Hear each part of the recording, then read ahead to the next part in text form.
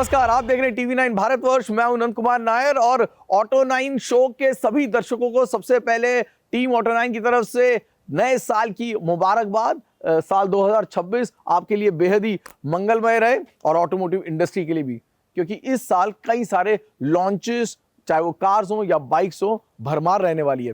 लेकिन ये जो महीना है ना, जनवरी का महीना, ये बहुत ही खास होने वाला है और उसकी वजह है ऑटो 9 की तरफ से की जा रही एक नई शुरुआत, द ऑटो 9 अवार्ड्स। ये है एक नया बेंचमार्क ऑटोमोटिव इंडस्ट्री के लिए, जहां पर हम चुनने वाले हैं 2025 की खास कार्स एंड बाइक्स जिन्होंने इस साल को स्पेशल बनाया। हम सेलिब्रेट करने वाले हैं आइडियाज, इनोवेशंस और वो लीडर्स जिन्होंने इंडियन ऑटोमोटिव इंडस्ट्री को ग्लोबल मैप पे पहुंचाया। बेहद खास रहने वाला है और सिर्फ 30 ज्यूरर्स ही नहीं, जो कि अब तक की सबसे बड़ी ज्यूरी होगी इंडियन ऑटोमोटिव इंडस्ट्री के लिए, किसी भी अवार्ड्स के लिए।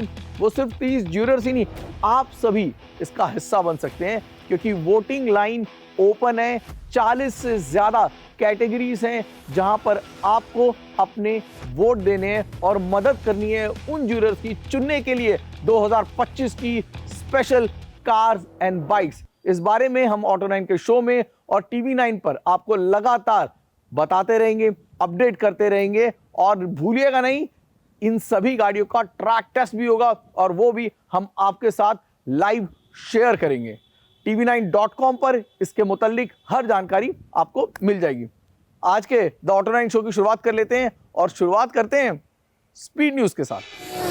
मारुति डिजायर ने 2025 में भारत की सबसे ज्यादा बिकने वाली कार का ताज अपने नाम किया।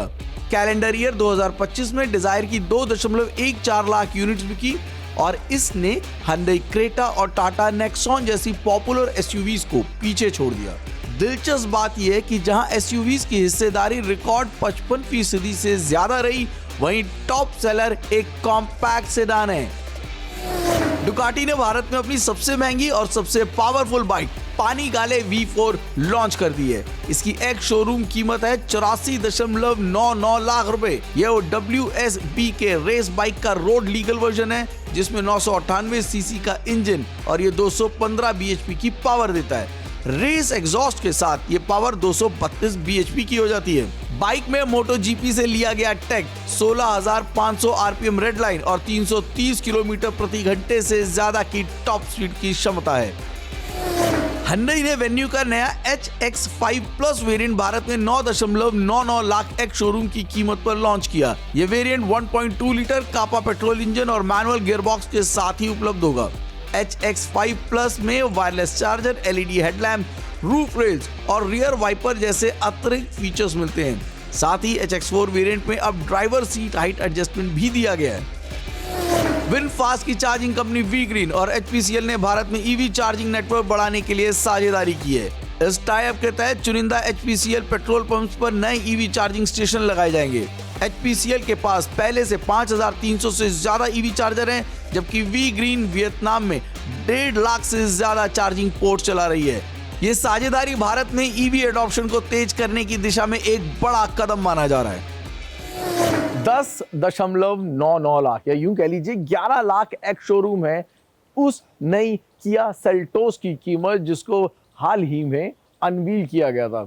कीमतें आ चुकी हैं, जनवरी के मध्य में इसकी डिलीवरी भी शुरू हो जाएगी। 19.99 लाख या 20 लाख कह लीजिए इसके टॉप वेरिएंट की कीमत है। अब गाड़ी कैसी है और कंपटीशन के मुकाबले में कितनी अच्छी हो सकती है भारतीय सड़कों पर, यह समझने के लिए हमने इस किया सेल्टोस को परखा बैंगलोर की सड़कों पर। आपको मिलवाते हैं कॉम्पैक्ट एसयूवी सेगमेंट के असली धुरंधर से। Meet Dhurandhar, the new Kia Seltos.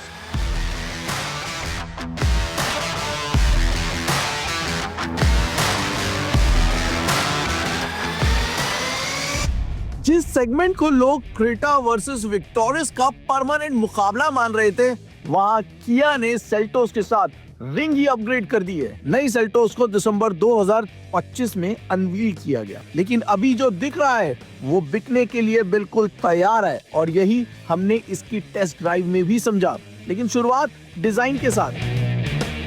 यहाँ चेंजेस कॉस्मेटिक नहीं, कैरेक्टर लेवल है। फ्रंट में नया ग्रिल, अपडेटेड हेडलैम्प लेआउट और DRL का शार्पर सिग्नेचर। साइड प्रोफाइल में premium touch, flush type door handles, यानी SUV अब हैंडल नहीं एटीट्यूड से खुलती है। और स्टांस ज्यादा अपराइट, मस्कुलर और प्लांटेड लगता है। रियर में नया light signature, L shape tail lamps और रीडिजाइन टेलगेट। और रोड प्रेजेंस एकदम मेन लेन वाली।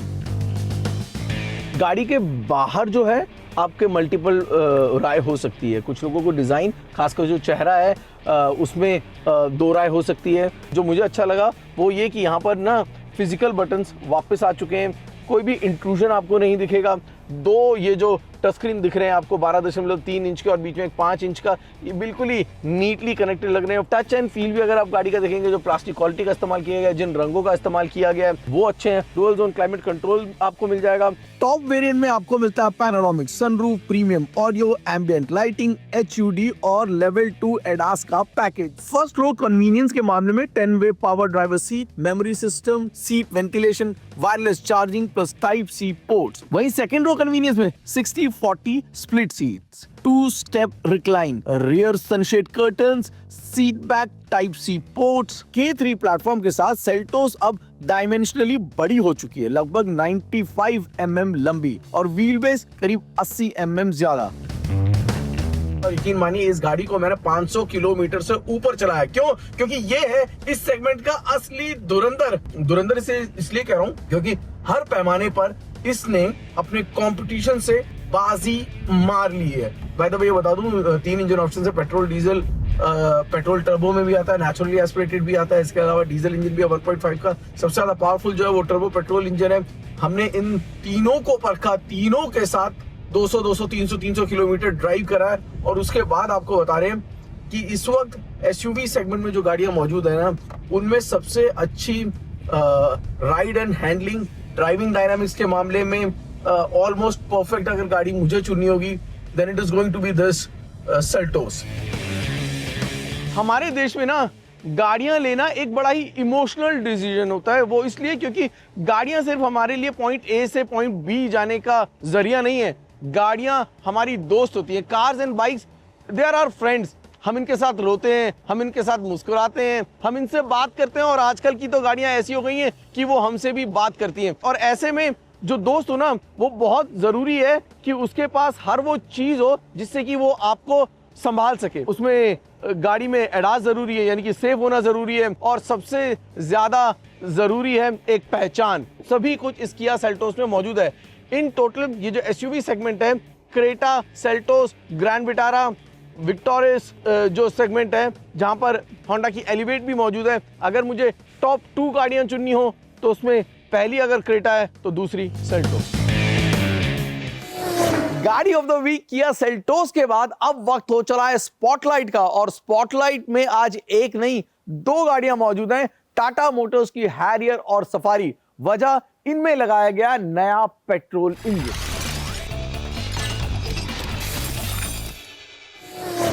इस बार स्पॉटलाइट में एक नहीं 2 गाड़ियां हैं। जी हाँ, 2 गाड़ियां हैं, सफारी और हैरियर की। खासकर अगर बात करूंगा तो वहां पर इलेक्ट्रिक भी मौजूद है, वहां पर डीजल भी मौजूद है, वहां पर पेट्रोल भी मौजूद होगी। यानी कि ओवरऑल जो फ्यूल सिस्टम है वो पूरा 360 डिग्री अप्रोच है, जो कि अब टाटा मोटर्स ले रही है। तो आ चुका है 1.5 लीटर का 170 PS दिस टर्बोजेट।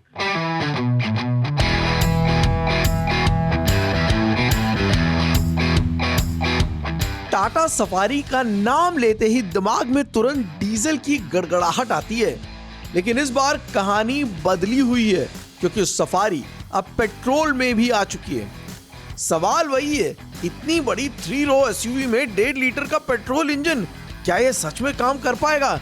जवाब ड्राइव करते ही हमें मिल गया।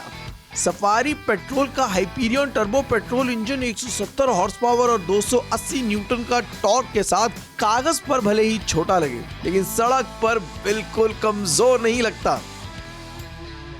टर्बो लैग लगभग ना के बराबर, 1000 RPM से ही अच्छा रेस्पॉन्स मिलता है और पावर डिलीवरी इतनी स्मूथ और लीनियर कि शहर के ट्रैफिक को या हाईवे गाड़ी बिना किसी तनाव के आगे बढ़ती है।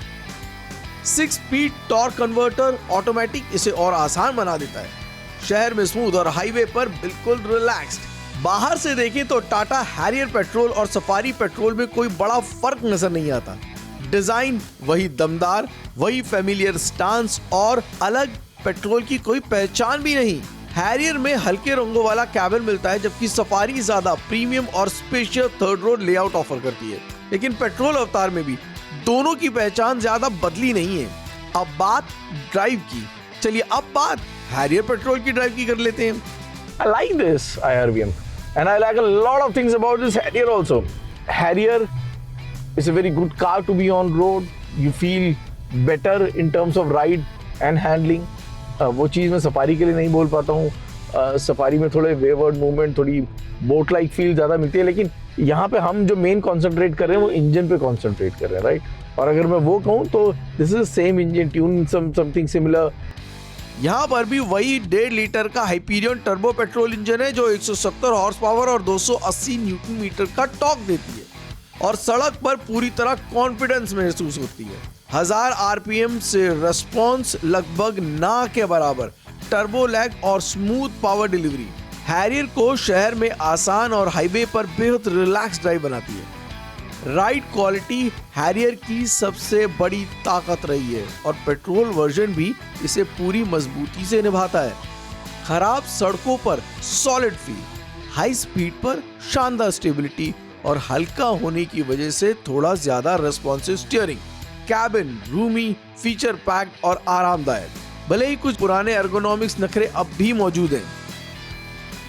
एक बात क्लियर है कि इस पेट्रोल इंजन के इंक्लूजन से, एंट्री से टाटा मोटर्स का जो ये पोर्टफोलियो है वो बेहद मजबूत हो चुका है।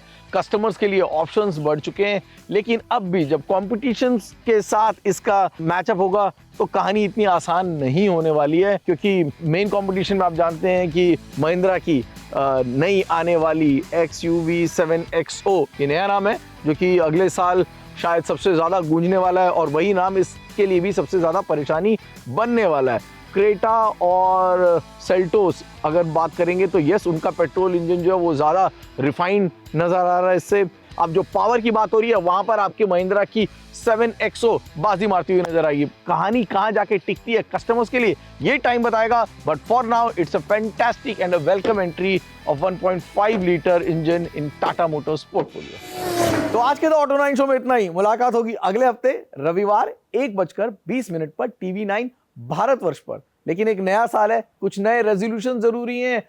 एक नया रेजोल्यूशन रोड सेफ्टी के लिए भी शायद आपके परिवार के लिए, आपके दोस्तों की मुस्कुराहट के लिए फायदेमंद हो सकता है।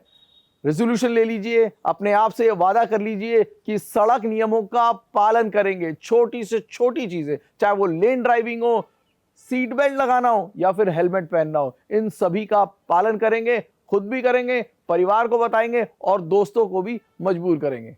नमस्कार।